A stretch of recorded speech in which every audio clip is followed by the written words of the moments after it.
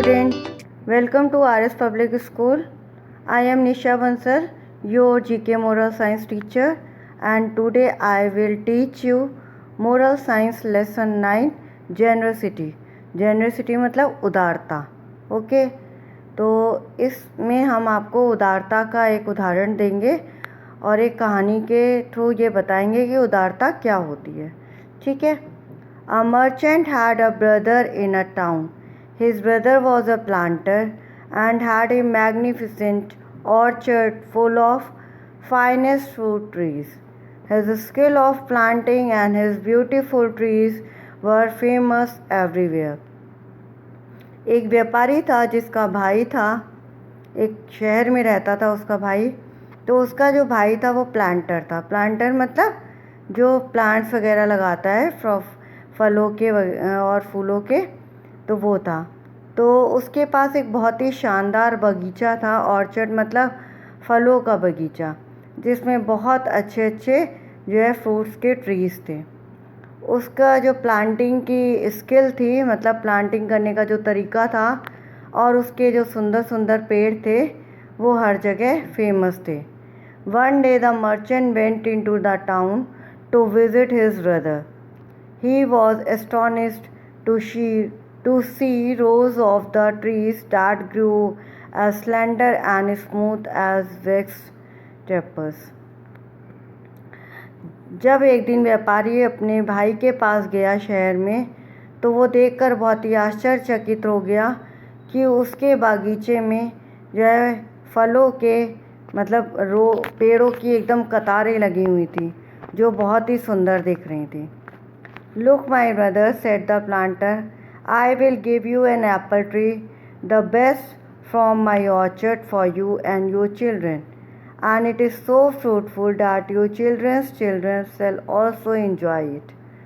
तो प्लांटर ने क्या कहा अपने भाई से कि मैं तुम्हें अपने बगीचे में से एक सेब का पेड़ दूंगा, जो मेरे बगीचे का सबसे अच्छा पेड़ होगा, तुम्हारे बच्चों के लिए दूंगा, और ये इतना फलदार है, इतना फल देता है कि तुम्हारे बच्चों के बच्चे भी इसका आनंद उठाएंगे, मतलब इसके फल खाएंगे.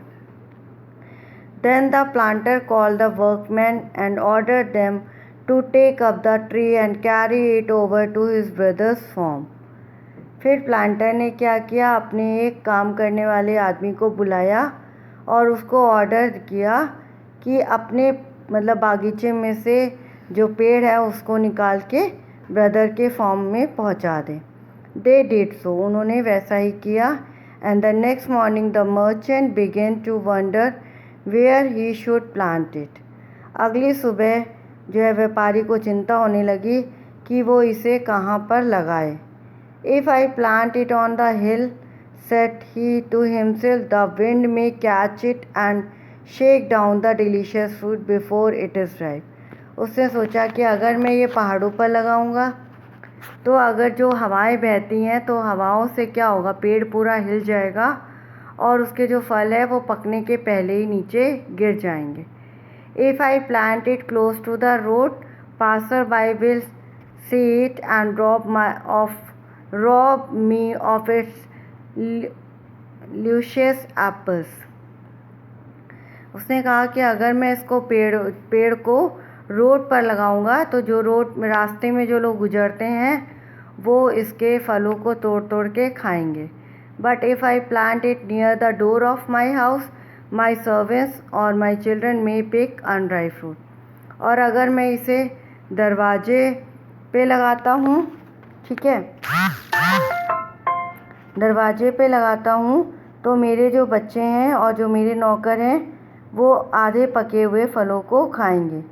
So after he had thought over the matter, he planted the tree behind the barn. तो अब ये सब मैटर पे सोचने के बाद उसने क्या किया, जो पेड़ है उसे पीछे लगा दिया. Saying to himself, praying thieves will not think of looking for it there. तो उसने अपने आप से कहा कि कोई भी चोर यहाँ पर इसको नहीं देख पाएगा.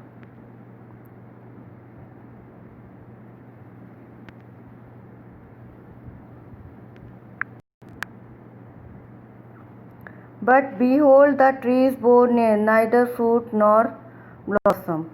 लेकिन क्या हुआ कि ना तो पेड़ में से कोई फल निकला और ना ही वो खिला। ना वो बढ़ा।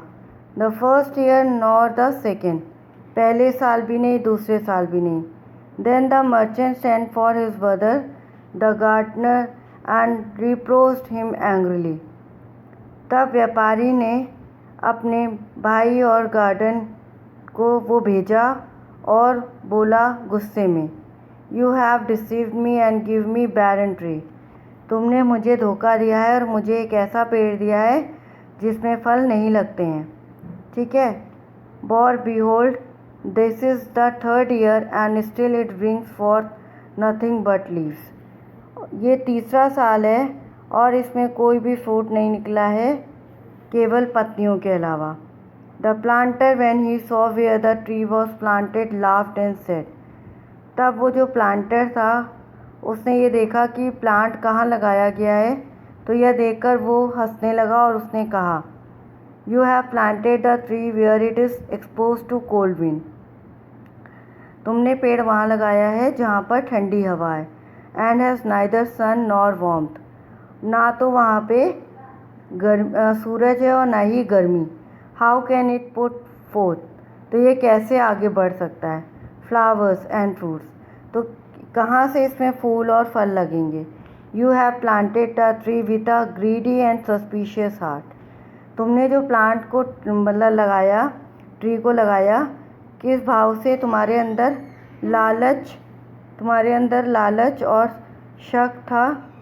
शक के हृदय से तुमने ये लगाया है। How then can you expect to reap a rich and generous harvest. तो जब तुमने शक और लालच के उससे ये लगाया है, तो तुम ये कैसे एक्सपेक्ट कर सकते हो कि इसमें से पके हुए फल और बहुत अच्छे फल निकलेंगे। Okay, so this is a chapter कि मतलब इसमें हमें मोरल वैल्यू क्या मिलती है कि हमें किसी के ऊपर शक नहीं करना चाहिए, हमें हमेशा उदार रहना चाहिए। पेड़ ही तो था, फल निकलते, लोग खाते तो दूसरे फल निकल जाते, है ना। लेकिन उसने ऐसा नहीं किया और उसने अपने जो है बांध के पीछे वो लगा दिया, तो कुछ भी फल वगैरह नहीं निकले। ठीक है। ओके, तो इसके क्वेश्चन आंसर्स वगैरह मैं भेज दूँगी और आप ये चैप्टर अच्छे से पढ़ लीजिएगा। बाय।